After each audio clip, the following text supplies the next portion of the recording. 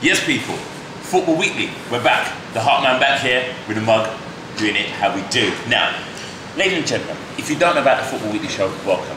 We're introducing you to the world of football through the fans' eyes. Every fan is a pundit. We know this, and now we're going to show it. We're going to have a number of different guests joining us throughout our time here at the Football Weekly show, and I'm honoured to say that we have the legend that is Bikz. I'm not really going to talk about his chosen attire today, but we are going to be going in on the world of football. We're going to talk everything that is topical, everything that we want to debate about, and when you've watched it, comment on it. Tweet us, talk about it, let's share it. Football is about debate, and we're here to have the debate. So Bikz, yes, thank you for being there, sir. Welcome. Now, we're here in our beautiful CAF Football. It's a fabulous venue. Fabulous. The home of football. Home of football, yeah. Apart from White Hart Lane.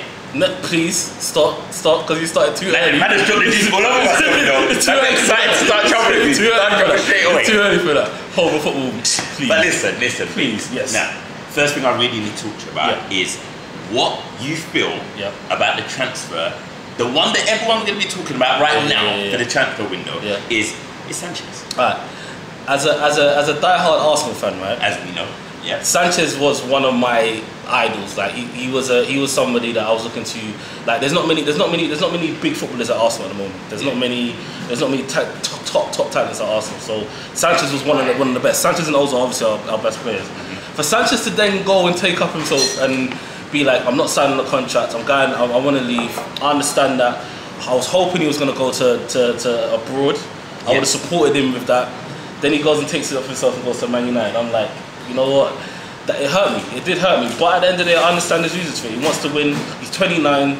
He's getting paid what, like 500,000 a week. Like nobody's going to turn that down. I understand it. I do understand it. But you know what it is? At the end of the day, right? I understand that Sanchez wants to go, but I'm happy with what I'm telling him. I can't lie. He's a good player. That's the thing I wanted to look at, because it's a transfer that worked both ways. Because you had a player in Qatar who I think is a quality player. When he got signed at Man United, there was hype. Mad hype. And then it didn't really work for him. No, and do you know what? He got signed over us as well. It was us and Man United that was in for him. He chose Man United for whatever reasons, probably because Mourinho's there. It's more likely that you're going to win trophies with Mourinho at this moment in time. But he's a quality player. Like his last season in Bundesliga, I literally watched it the other day. He got like 25 goals and like 15 assists. Like don't quote me on that. But statistician, you know. That might be right. I don't know, but so what I'm saying is he's a good player. He's a good player. He's an Arsenal player at that. He's more of an Arsenal player than Sanchez. You know what I mean? Because we all know what Sanchez does. You know, we all know about his output, his goals, his assists. But when it came to Wenger ball. Wengerable. #Wengerable. Yeah. Like Sanchez wasn't really contributing to that, you know. And now that we've got Wilshere back in the team, I think Wilshere, Mkhitaryan, Ozil, those are the type of footballers. You see my smile? I know you're smiling. Because the Ozil thing makes me laugh. Because he's staying. Don't talk to me. That's what I want. Don't talk to me. I don't want to hear anything else. I'm just saying, like, Bikz is on social media hard. He's always there, putting it out there. That's how I knew Bikz had to come and join me here, because that you got the passion for it. Yeah, but cousin. He's staying. You're saying it, Bikz. People are gonna watch it back, you know. No, listen to me. People, you're putting this out there, Bikz. People, listen to me. He's staying because I need him to. That's my boy. I love Ozil. But listen, Ozil, if you're listening, stay. But let's talk about it like it's random. We all got our picture and go, random, you got my back. Yeah, fam, I got you. Yes, I got you. And then ghost. You can't find it. I feel like that's gonna be do you know what? I think for Ozil, right, I think he's waiting to see what happens. Right? I think because at the end of the day, Sanchez was different because there was public interest in Sanchez. And once there's public interest, you've got a decision to make, and you've got to make that decision now. Do you know what I mean? At this moment in time, nobody knows what's going on with Ozil. Nobody knows if anybody's even in for Ozil. Obviously, if he becomes a free transfer, it will change. It will change. Do you know what I mean? Everyone's going to be in for it. But at this moment in time, I don't know if people are willing to pay the 30 million or give us a player of Ozil's quality for Ozil. Do you know what I mean? I think the thing that plays into Arsenal's hand with Ozil right now, because his form is so up and down. So up and down. But it's up now. But that's the problem, because it's come up when you've got the international side, so you can look at him and go, I can put a contract out now. I can offer him a pre-contract and go, you know what Juve is on already when it comes to them free transfers. That's what I'm saying. And Juve and Ozil, they fit. It makes sense. We can't argue with that. It makes sense. Ozil would fit a lot of sides. Like the Man United talk before Sanchez went, I thought that made more sense. But I'm just saying that I wouldn't put it out there and go, Ozil ain't going nowhere. I would more be saying... No, but I'll tell you why I'm slightly confident. Alright. I'll tell you why, right? Because Ozil has never been a type of player, like, he's not a mercenary.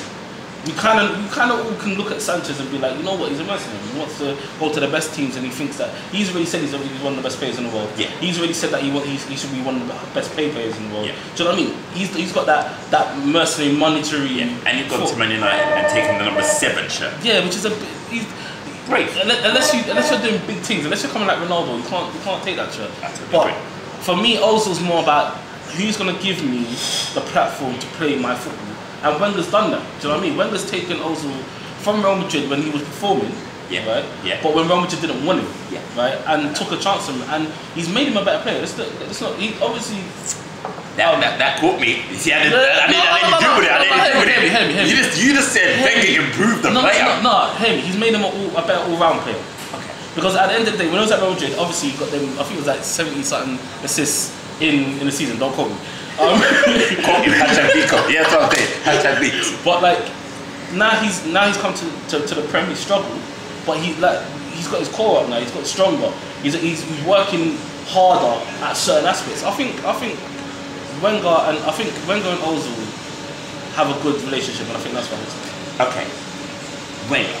Now there's been Wenger out, Wenger in, shake it all about. Nobody knows what they want to do about Arsenal, but I've got a thing about Arsenal. Walcott left. Yes. And there was a lot of things happening. I listened to TalkSport, I listened to a lot of different radio stations, I listened to Sky Sports News. Everybody has this theory about players don't improve under Wenger. Yeah. Do you feel the same? Yes. Okay. So if that's the case, can he only buy players that are made? Well, look at the players that we're getting in now.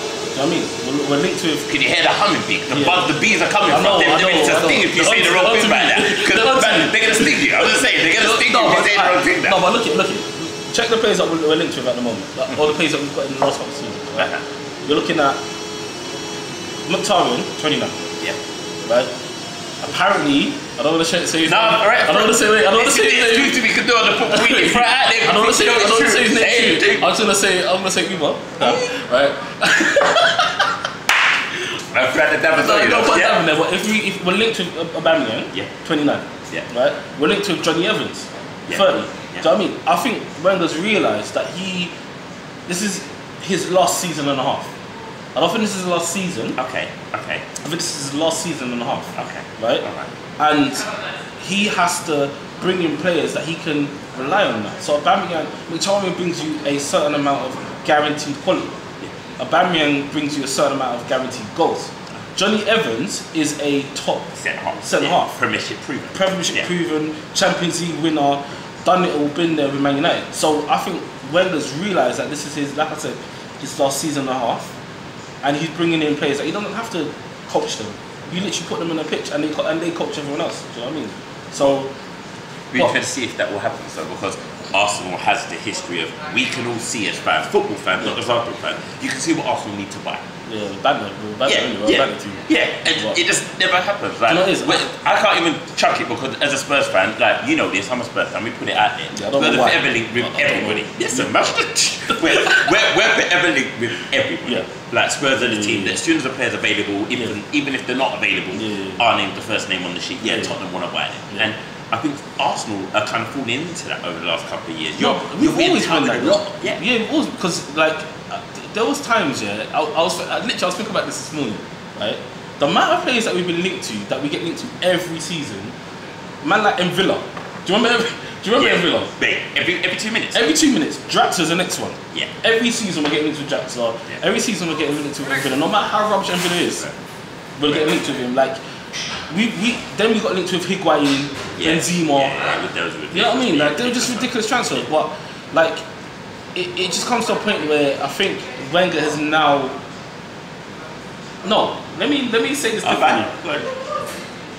What I think's happened at Arsenal, I'm not gonna go too deep into it, but what I think happened at Arsenal, right, is that see all this catalyst for change that Gazidis was talking about. I personally think this happened. But I personally think that I can't say his name, I'm not even gonna try it, but I know his name's Sven Michelin. Well, you did well. You did well. He did well. I tried. I tried it. Yeah, I'm not going to attempt it. Go for it. But like, yeah, Sven Michelin. Well, you went twice. Yeah, double bubble. The head of the scouting guy that we got from Dortmund. Yeah. I think personally that Wenger's gone from being a manager to now head coach. I'm going to put that out there because for me, I think this Dortmund guy, has taken the reins for transfers. Because they look different. There's difference. I think Wenger's the reins have been taken over him in terms of contracts because we've got that guy from Barcelona. So I think Wenger's gone from being a manager, an overseer, to in his last 2 years becoming just a head coach. I think he's actually now just focusing on. Well, let's hope that works for you guys. Hopefully. Because right now the Premiership is the most competitive I think it's been for a long time, especially top 4, top 5. I think the Premiership isn't the most competitive because Man City ran away. But you say I think the race for top 4 is the most competitive. When I say that, granted, yes, Man City have run away, and they've run away because they are superior to everybody superior right now. And Pep is the genius. And I think that comes down to coaching. Yeah, 100%. And that's why I wanted to highlight. Right, you look at the top 5, the competition out there. If you look at the coaches that you have there, there's world-class coaches. It's world-class coaches, and I feel that's where I think Arsenal have this issue next season or season and a half, say, is making that change. If you get rid of Wenger, who do you get? Because Man United had that issue. They got rid of Alex Ferguson, brought in David Moyes. It should have worked. I'll tell you why I personally I'm looking forward to the change, right? Because when Wenger leaves, right? Wenger leaves a different legacy than Ferguson left. Because Wenger leaves young players, right? Whereas Ferguson left a team that won the league and was aging, like Ferdinand, Vidic, So when Moyes came in, he had no hope. There was no hope for Moyes. I'm sorry, there was zero hope for Moyes to even. And then they bought Fernandes, and I just laughed. It was banner for me. That was banner. That was complete banner for me. I think you're right, you know. I think the head of it, issue. I think you're right. Obviously, if you're watching this, you're my G. But when I saw it though, and the thing is, but that's what I say about your choice of manager is so important. Because managers have their players. And Blaine is Moyes' boy. And what he did at Everton, it worked. But that's what made me laugh about it. Because at the end of the day, you're going to Man United, you're going to the theatre of dreams, you're Man United, right? And you're taking over from the best manager to ever grace football. I'm not gonna lie. Wow. Ferguson is that man, right? And then your first transfer, Man just helped him his whole career. Man just put Fellaini out there. I was dying. And then the season, and then I think the window after that, they bought Di Maria and Falcao, and that didn't work. But anyway, going back to Arsenal and Wenger leaving, right? For me, I don't believe that when Wenger leaves, he's going to leave. I think when Wenger leaves, he's going to leave his role as head coach or manager, right? What I want to happen is because I want young. I've only known Wenger. Yeah, of course. I want a young manager that's going to bring new, fresh, innovative ideas, right? So for me, I'm looking at people like I would take a chance on Arteta. Really, honestly, I'll tell you why, right? Well, I didn't expect that to. I'll tell you why. Because I've read a lot about Arsenal, right? And one of the things I know for a fact is that when Arteta was at Arsenal, right, Arteta was as much as a manager on the pitch than Wenger was on the sideline, right? And now he's gone to. There's a reason that the first time Pep come to England, he went, "I need Arteta on my team right now," because Arteta knows the Premiership, and he knows how to play football in the Premiership, and he knows what type of football is going to win you in the Premiership. So every time we see Man City score a goal, watch who Pep runs to. He's running to Arteta because Arteta is integral to that club. Do you know what I mean? But do you think you could get back though? Well, he loves Arsenal, innit? Like, man cried when man retired at Arsenal, innit? Like, I cried. I didn't cry. I didn't cry. I was alright. But so I think he loves Arsenal. I think if he got the opportunity to manage a big team, I know he wants to become a manager. Then there's other young managers like you got the RB Leipzig manager. He's not young, but he's young in terms of where he's at career. Where he's at. You got the guy from Hoffenheim. basically, get me Arteta or a German coach. So you're straight Bundesliga. Yeah, Bundesliga. I'm Okay. down for that. Like, because for me, the Bundesliga are producing the best coaches. Like, and yeah. Would you take Thierry Henry? Nah, man, he chats too much. Yeah. He chats too much, man. Because I was great at it because Henri's been very vocal. Yeah. And I know that Arteta and him have a great relationship. Yeah. And I could see that union. I'll take Henry back in some capacity. I don't think Henry should be our head coach because, like I said, he's too vocal. Yeah. He's all, and the thing you're gonna have with big clubs, you need a manager that can deal with big egos. Yeah. Henry is the biggest ego. Yeah. So wouldn't that work though? Because wouldn't he just kill everybody else's ego? Or you know, I'm king. No one tests me. I don't know because sometimes like it depends. If you go down the Mourinho route, he's the biggest ego. Yeah. He's king. Everybody knows that. So he can have man like Ibrahimovic in the team, and Ibrahimovic has to the second. sharp. Yeah. But I don't know if Henry's got that Mourinho in him. Okay. So I don't know. But for me, I don't know if Arteta would be the best man. I'd love him to come back, but I just want young, fresh, innovative. Well, we can see what Arsenal get because I don't want them to get nothing fresh. But that's just me as a Spurs fan. However, for football, I do want Arsenal to stay up there. Yeah. Now moving on, Yep. because we could do Arsenal for the whole show. But yeah, because we could break it down. However, FA Cup weekend had just been and gone. Yep. Now, I'm a Spurs fan. We all know this. The Hartman is Spurs. That's what I do. We had a shocker. Don't even get involved. We had a shocker. But Newport, FA Cup. That's what the FA Cup is all about. Yeah. It's about the underdog. It's about teams and players that you don't know, that are not household names. Fans like Spurs fans travelling to places like Newport, not having seats, there's no luxury, and having to go through what we went through, which was a true FA Cup tie. We didn't play well. We got outplayed by Newport. I'll put it out there, Newport. You outplayed us, and I take my hat off to you. More importantly, you've got a replay at Wembley, and that does more for your club than anything else. And I hope that you get as many bus loads, coach loads of fans to come down to Wembley. I hope you enjoy the day. We are going to beat you. We are going to beat you. Hey, stop it. And I'm going to explain why we're going to beat you. Not because they didn't play well, not because they ain't got players in their side that can ball. I feel that you get on a bigger pitch. We should be so much fitter than they are. We should be able to play our natural game. We have some shockers, some performances that I don't understand. Well, the pitch and the team and Newport, they marshalled your best players. Yeah, absolutely marshalled it, and we went for muscle rather than creativity. Which I don't understand actually. I can understand where Poch went with it. I can understand. He went, we're playing against a side that are going to be rougher, they're going to be more aggressive. We're playing on a pitch that we can't play our natural passing game, so we're going to have to go long. So he tried to put Llorente up there, Kane up there, go long, let's try and out-muscle them. But you know what? Didn't happen because they came to play. To be fair, it's only when you bought your creative players like Sonny and Ali came on. We started to play our natural game of football, and that's what we have to do. Play our natural game, and that's what happened. But in terms of FA Cup, West Ham. Alright. I'm an Arsenal fan, born and bred, right? But my family are West Ham, and I can't lie, the banter is mad. I don't understand West Ham.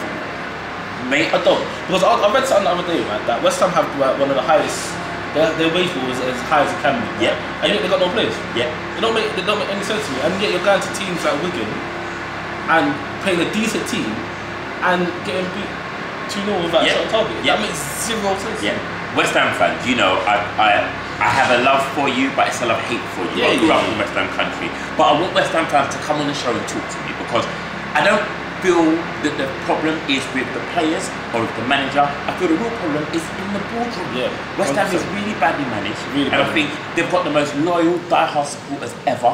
You guys will fill a stadium all over the world because of the passion you have for your side, and I feel you're constantly being shortchanged. 100%. And it's shocking. And at the end of the day as well, you need to start from the beginning. Right from the beginning. But look at West Ham's academy. What it's always been producing. Like, do you know what? They've had it. But the thing is, what I don't understand about West Ham as well is that they allow teams to come and poach their players as well, which is, it doesn't make any sense. It's the boardroom. It's all down to the chairman. And don't get wrong, we're not far from West Ham right now. We're in their woods. We're in their postcodes. You know what I mean? I heard the big vans starting to come through like tractors and that start coming army vehicles to come for us. But look, we're not saying it's a problem that we don't like West Ham. We're saying that West Ham have got problems. Well, massive. And do you know what? I don't understand what happened with Reece Oxford. I'm sorry. I remember that game. He came with West Ham, first game of the season. there was this kid called Reece Oxford in the team, and all I knew was that he was a kid, he was 16 years old, and he was tall. Yeah. Right? And my man got man of the match and Boss Ozil, and I ain't seen him since. And I think that was a lot to do with Stamford Village. There was a lot of issues there. I don't get it. He'd been sent out on loan. I know he hasn't enjoyed being out on loan. I know he's coming back. I don't want West Ham to lose another great player. Yeah, he's a good player. However, I feel that's a massive Premiership problem, which we'll get on to next. Yeah. Liverpool, what another craziness. You know what? Can I just put it out here? VAR is gonna make football more, for lack of a better word, right. It'll clean it up. Clean it up. But I don't know if I want that. No better. We probably don't want that. I don't know if I want that because I love cussing officials. Yep. And I love being able to like I don't like Mike Dean and I like cussing him. I don't want Mike Dean to be getting help and I can't cuss him anymore. That's taken away from my football. That's one of the reasons I like football. I like cussing. But listen, we're gonna be cussing VR, bro. I'm telling you because it's gonna highlight stuff that we get that. The thing is, as fans, we've been spot. We've had VAR all our life. Sky Sports gave it to us. We get the replay. The refs have never been able to get it. Now they get it. Now they need it. But it's taking too long. Like, right, I was too long. I was sitting there watching it. It felt like 30 minutes. I'm not gonna lie. It felt like I was you know, in American football when they come to Africa. Yeah. Come on down. No. However, there's no reason for it to take that long. There's no reason. I don't know why. I don't know. Literally, you could see. So you know which one was the first one? The penalty. Yes. Even though I didn't think it was a penalty, I'm not gonna lie to you, right? I don't know what my man saw, but he was on the next one. Anyway, literally, if you're gonna make that decision, you look at it. Yes, you need to look at it. Get the man over there. Looks at it, penalty. I don't know what happened in between that. What kind of consultancy they had to have, or who they were talking to that it took that long. I really don't understand. They just need to clean up the system and how it's used. But I feel, honestly, it's going to change a lot of players how they play. I think we're going to get a lot more goals. Because there's a lot of things. There's a dirty art to defending. Yeah. Right. And I think with VAR now, people are not going to be able to get away, especially in corners. There's going to be penalties left, right, and centre. However, there's also going to be those players like Dele Alli. I'll throw it out there. Yeah. The divers are in trouble. They're in trouble because if there's any hint of referee, can I go to the VAR, please? Yeah, that's it. That's That's straight out there. It's over, and it's going to change it. It's going to change it, but it's going to change it for the better. But I don't know if I'm ready for it because, like I said, I like cussing. Well, listen, you'll be cussing VAR. I'll tell you that. You're going to be getting upset. If they choke off an Arsenal goal for something stupid that was back then, like 30 seconds ago, I'm gonna get me mad. But speaking of that, I watched the Man City game. Don't know if you saw the Man City game. City. No, Cardiff. I didn't. Cardiff. Yeah, so Man City, Cardiff. Now, Silva scored what looked to me like a beautiful goal. Yeah. Linesman said there was an infringement offside. Now, I watched it about 4 times and I can't work out why there was a problem with it. There was somebody was standing in front of the goalkeeper, allegedly, but it was one where I went, go to VAR. Check it out. But they didn't. The goal was disallowed. I put Silva, it was a bad goal, even though they won 2-0. Now, I think VAR is going to have that because it's when do you use it? And it's all going to be down to the referee discretion, so we're still going to be able to custom things. I know, but this is the problem, right? Is that as much as that it's down to the referee's discretion, you've got somebody in your ear that's giving you hints. Yeah. Is he going to give you a hint? Because what happened was, right, there was a point where there was no need for VAR. Yeah. But because my man was checking it, everyone had to stop. Everyone was sitting there like this. And I'm thinking, what are you looking at? Like, just let the game play. If it's nothing that technical, if it's nothing that blatant, then just leave it, let it play in it. What I feel like it's just going to slow football down to the point of waiting around. There's going to be at some point someone's going to try and market it, put ad breaks in it. Then I've heard there's a lot of branding that's going to happen. Yeah, like, all of that. Like, I'm to be honest, I'm looking forward to the World Cup to see how it's done when it's streamlined. Because I'm guessing by then it'll be streamlined. But I don't know.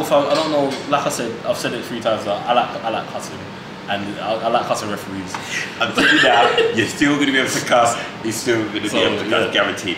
However, now moving forward, the season now is in transfer deadline crazy time. Yes. Everybody wants to buy somebody. Everyone's trying to get a wheeling deal. Levy time's kicking in now. 2 days. Levy time. It's all about Levy time. He's going to try a wheeling deal something. You lot after Lucas Moura. That's what I'm hearing. Yeah. Now, Lucas Moura, I would love to have him. Spurs fans, I would love to have him. He has a lovely relationship with Tottenham already. He's been down, seen the ground, loved the look of it. We know that Aurier and him are good friends. Yeah. Now, for me, Spurs, we need that injection of pace. I Yes. don't know whether it's going to work Yeah. because sometimes we make signings that I don't feel fit, and we've done that. We do what I call buying for the sake of buying every now and then. And I feel one thing I need to write in terms of buying is Sissoko. Now, I knew he was going to laugh. I'm putting this out there now, and I'm putting my neck on the line. Spurs fans, football fans, get off his back. What? Sissoko, see, shock's under the me. Everyone thought I was going to attack him. What?